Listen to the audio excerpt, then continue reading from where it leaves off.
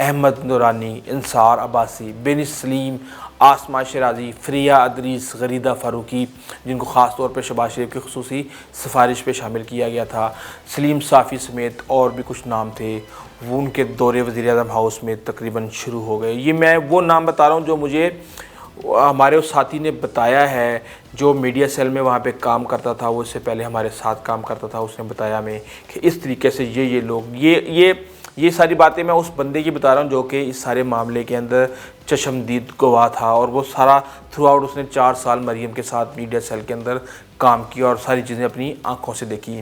ان میں سے 1-2 تو مستقل چمچے تھے جنہوں نے تباہی پھیر دی۔ صفحے اول میں صالح ظافر تھے، اس کے اوپر تو علیحدہ سے کتاب لکھنی پڑے گی۔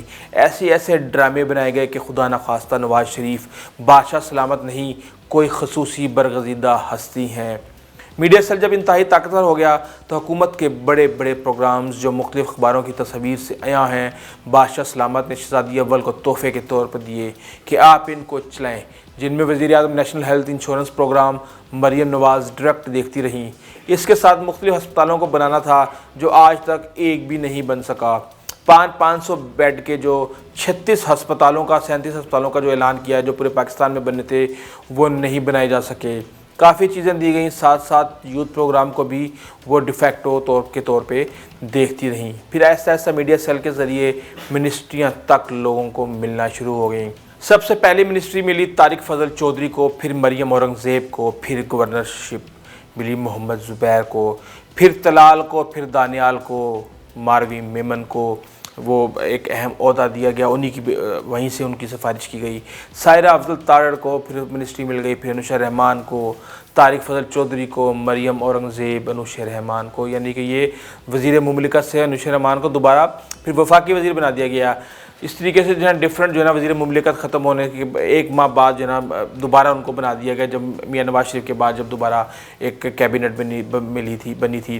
اس میڈیا سیل میں لوگوں کو نہ صرف تیاری کروائی جاتی تھی، انداز کیا رکھنا ہے، ہاتھ اٹھانے سے لے کر گفتگو کیسے کرنی ہے، لڑنا جھگڑنا، اینکر سے بھیڑنا، ان کو سنپ کرنا، دوسروں کو بولنے نہ دینا، یہ تک بھی ان کو سکھایا جاتا تھا۔ بلکہ ایک بھرپور ٹیم جو ایک کاریگر استاد کے زیر سایہ کام کرتی تھی، ان کو کنٹینٹ نکال کر جھوٹ اور بہتان نکالنے کے لمبے صفحے بنا کر دیا کرتے تھے ان کو کہ جاؤ آج ٹی وی پر فلاں کی پگڑی اچھال دو، آج جاؤ فلاں کا بیڑا غرق کر دو۔ میڈیا سیل نے اصل میں مار دھاڑ، اس کی ماں، اس کی بہن، کسی کی عزت محفوظ نہیں چھوڑی۔ اور یہ ریفلیکشن ہے مریم نواز کے دماغ کی، اس کی ذہن کی، وہ کس طرح سے جنگ و جدل کو پسند کرتی ہیں، اداروں سے کس طرح ٹکراؤ پسند کرتی ہیں، کس طریقے سے ان کی اگریسو پرسنالٹی ہے جو کہ صلح جوئی اور امن پسندی کی بالکل بھی حامل نہیں ہے۔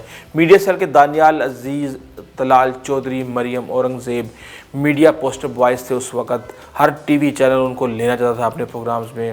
پرویز رشید جو پہلے سنجیدہ بیانات دیتے تھے، میڈیا سیل کے ممبر بننے کے بعد پرویز رشید نے اپنی زندگی کے گندے ترین بیانات اسی وقت دیے۔ یہ بھی بتاتا چلوں کہ جتنے بھی لوگ تھے میڈیا سیل کے، ان کے بیانات ان سے منسوب کر کے چلوا دیتے تھے۔ ان کو بعد میں پتہ چلتا تھا کہ ان کے نام سے یہ بیان منسوب کر کے چلوا دیا گیا ہے۔ تو یہ شخصیات جو بہت زیادہ لڑنے جھگڑنے والی تھیں، ان کو میڈیا سیل نے خود بنایا، ان کی تربیت کی۔ پھر نوبت یہاں تک بھی پہنچ گئی کہ یہ سارے کے سارے میڈیا سیل کے رکن خبریں لیک کرتے تھے، جو فیصلہ ہوتا تھا وہ کسی ممبر کے نام سے چھپوا دیتے تھے۔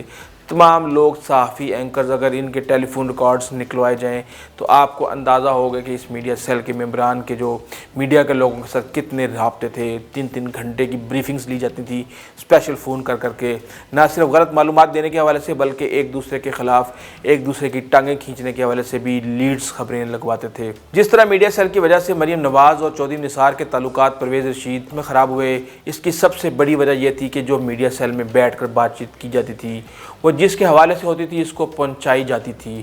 اسی طرح اگر سائرہ افضل تارڑ کے ساتھ جو معاملات خراب ہوئے، ماروی میمن کے ساتھ معاملات جو خراب ہوئے، پھر آپس میں جب لڑائیاں اور جھگڑے شروع ہوئے، طاقت بہت زیادہ آ گئی، تو اس طاقت کو ایکوائر کرنے کے لیے، ایک دوسرے پر سبقت لینے کے لیے ہر وہ حربہ استعمال کیا گیا جو روایتی طریقہ کار تھا۔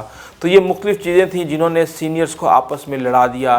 اس میں سعد رفیق بھی شامل تھے، احسن اقبال بھی شامل تھے۔